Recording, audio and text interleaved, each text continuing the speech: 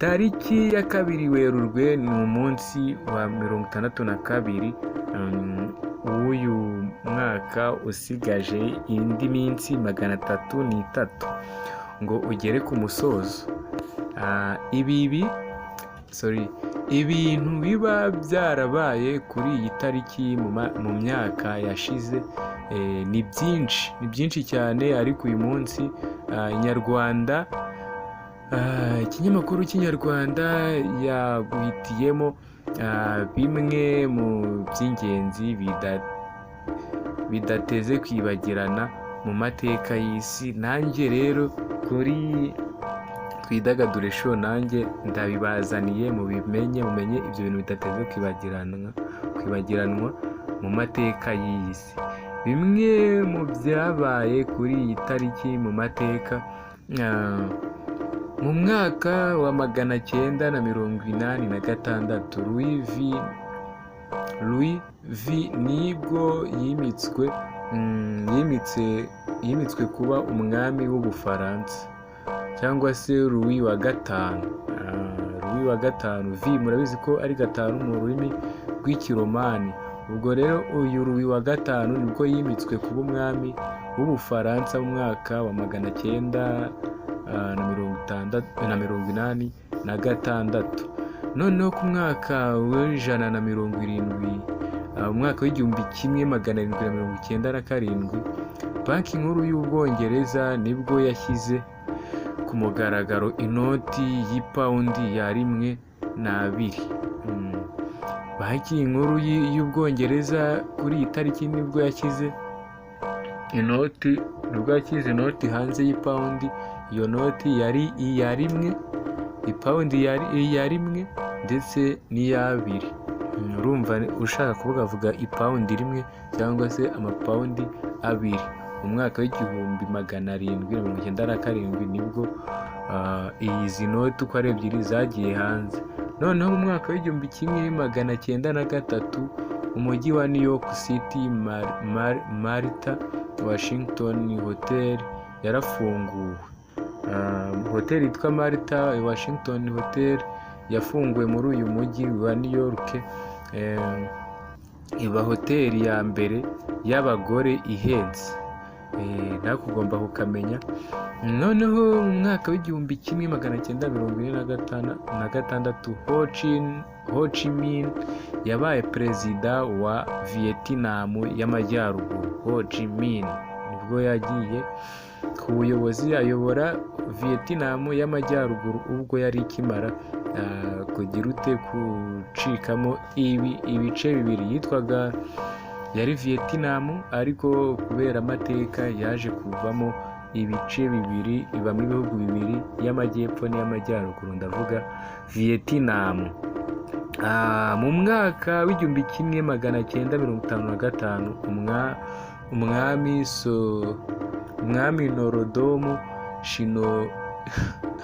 Sihanouk w'Ubwongereza nibwo yimitswe biciye kuri se, umwami Norodom Suramariti. Mbega amazina muranyihanganira kabisa. Sihanouk niwe wabaye umwami w'Ubwongereza, nibwo yimitswe biciye kuri se, umwami Norodom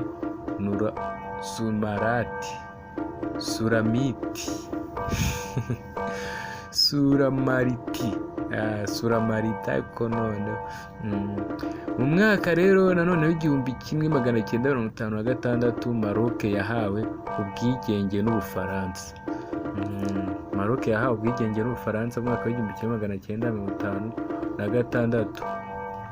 Noneho mu mwaka w'1962 muri Bamani cyangwa se Burmani, ingabo ziyobowe na Generali Nguyen zahiritse uwari ku butegetsi. Nibwo yahiritswe mu gihugu cya Bama cyangwa se Burmani, niba ari Burmania. Dukomereze ku mwaka w'igihumbi kimwe magana cyenda na mirongo icyenda, Nelson Mandela Madiba yatorewe kuba perezida wungirije w'ishyaka rya ANC, African National Congress. Nibwo Nelson Mandela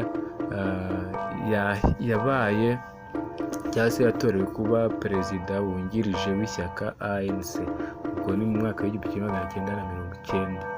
Naho muri 2004 mu ntambara yo muri Iraq, Al-Qaeda yishe abanya-Ashura 170. Al-Qaeda yishe abanya-Ashura 170 ikomeretsa abarenze 500. Bamwe mu bavutse kuri iyi tariki, noneho tugeze mu bavutse kuri iyi tariki. 1963, Anthony Albanese, minisitiri w'intebe wa Australia nibwo yavutse. Naho mu mwaka w'igihumbi kimwe magana cyenda na mirongo inani n'icyenda, Shane Vereen, umukinnyi w'umupira w'amaguru w'umunyamerika, nawe nibwo yavutse. Mu mwaka w'igihumbi kimwe magana cyenda mirongo icyenda na karindwi, Becky G cyangwa se Rebecca Gomez, nk'umuhanzi w'umunyamerika, ni umuhanzi akanaba n'umukinnyi wa filime w'umunyamerika. Bamwe mu bitabye Imana kuri iyi tariki dukomeza kubasabira uruko ridashira, harimo mu mwaka w'igihumbi kimwe magana cyenda mirongo icyenda n'icyenda, David Arquez, umwanditsi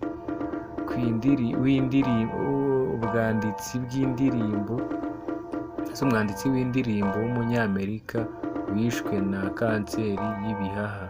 Naho muri 2001, John Diamond, umunyamakuru w'Ubwongereza, nawe nibwo yatabarutse. Imana ikomeze kubaha iruhuko ridashira abavutse umunsi, nabo bakomeze kugira gukura bajya mbere, bajye juru, ndetse batere imbere muri rusange, kandi nizere ko ayo mateka hari icyo abafashije.